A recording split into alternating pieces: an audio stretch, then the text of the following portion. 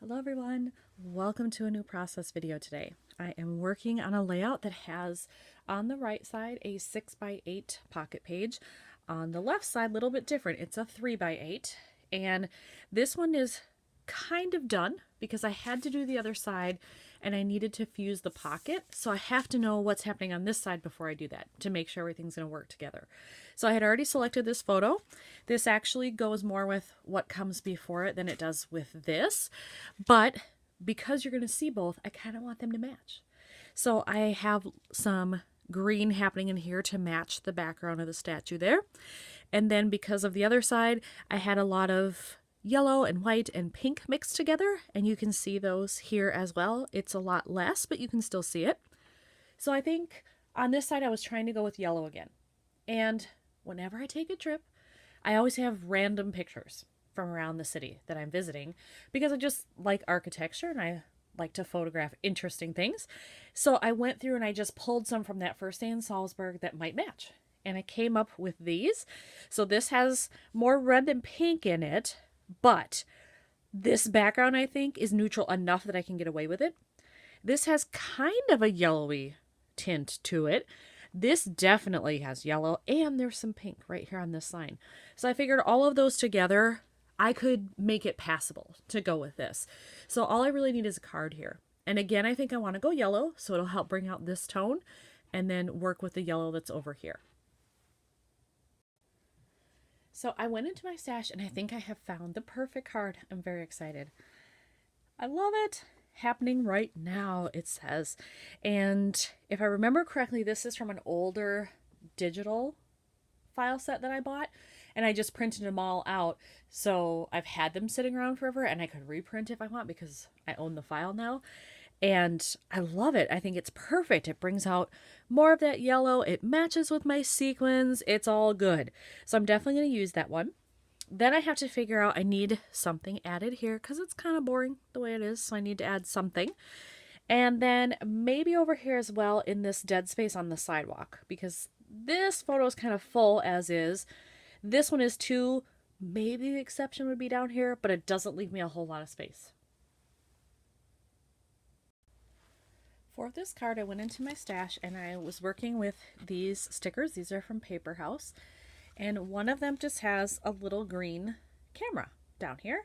So I think I'm going to use that and just place it right here to bring in something extra to that card. And it works with what's over here. I have gone through my phrases that are in my stash of my travel stuff, and I think I'm going to use this one. It says Golden Moment. It's the perfect shade of yellow, and it would fit right across the bottom of this photo. And it was a fun moment because we knew that statue was going to be there from, all the footage in the movie and stuff, The Sound of Music. And so we knew that was going to be in Salzburg where we could see it. And so it was we were a little giddy over that. So I think it's appropriate. And then it goes with everything I have as well. I have adhered the phrase label and I had a little extra room over here before the words started. So I just put in a little mini staple.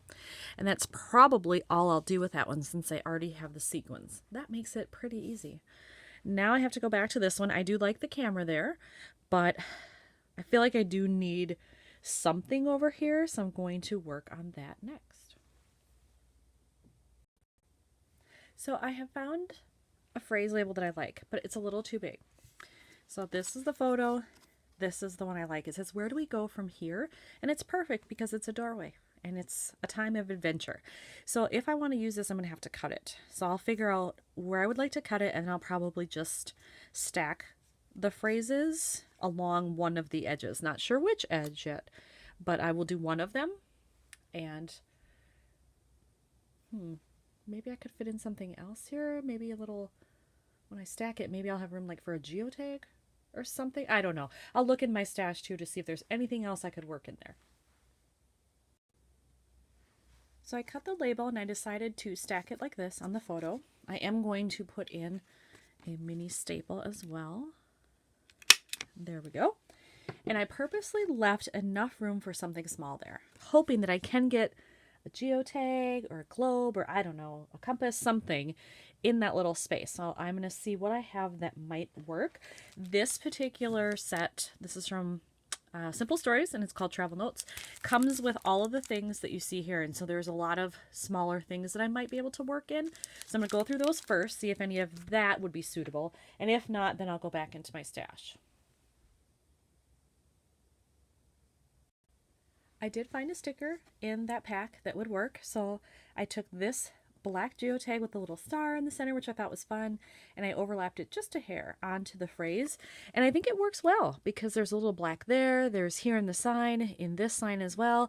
And even though this isn't black, it's pretty dark. So I think I can get away with it here. Like, it doesn't stick out like a sore thumb. So I like the way all that looks, and that might be it for this one. Let me look at it quickly. Yeah, I think that's it for this one. So this came together super quickly and easily, and that's always a bonus. Can't go wrong with that. Thanks for watching, everybody.